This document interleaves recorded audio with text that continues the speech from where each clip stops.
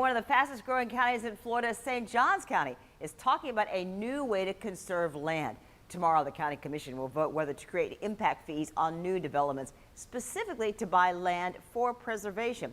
Jessica Clark joins us now, and Jess, we know about impact fees for roads. We hear about that often, but this one is different. Right, it is, because it is specifically for conserving land. So when St. Johns County surveyed its residents recently, their number one priority, the residents' number one priority, was conservation of land and preservation. Well, okay, the good news for those residents is there is a fund set aside for that.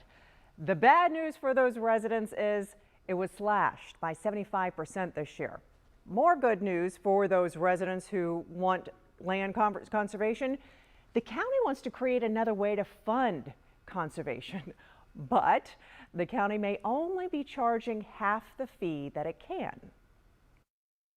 This piece of land is Hawkins Island, which is literally an island in the Matanzas River behind the Marsh Creek neighborhood. Matanzas Riverkeeper Jen Lomberg says St. Johns County just bought this natural property from a developer in order to preserve it. But how did the county do that?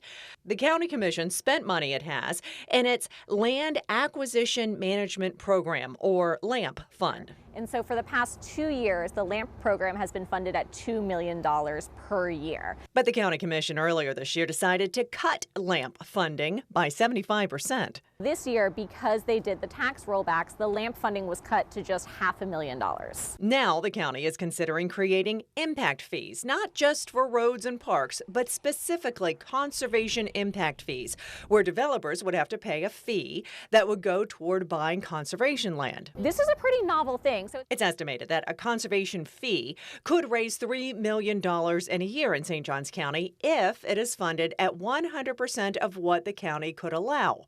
But some county commissioners prefer funding LAMP, basically money from property taxes, and are opposed to charging the full conservation impact fee, saying it will keep builders from pulling building permits. It would just be another expense at a time when there is uncertainty in the economy and development is slowing down due to economic forces beyond our control.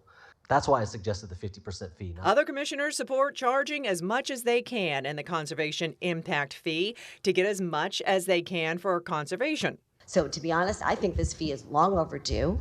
As for Lomberg, we would love to see St. Johns County adopt the full conservation fee impact schedule of $3 million. She says this alternative funding is needed because the money from the LAMP bucket that bought Hawkins Island has been cut back so much. And just a reminder here, we're talking about impact fees, and even these conservation impact fees are charges only on new construction. So basically the developer would have to pay those impact fees, and then the cost would be passed on to the home buyer.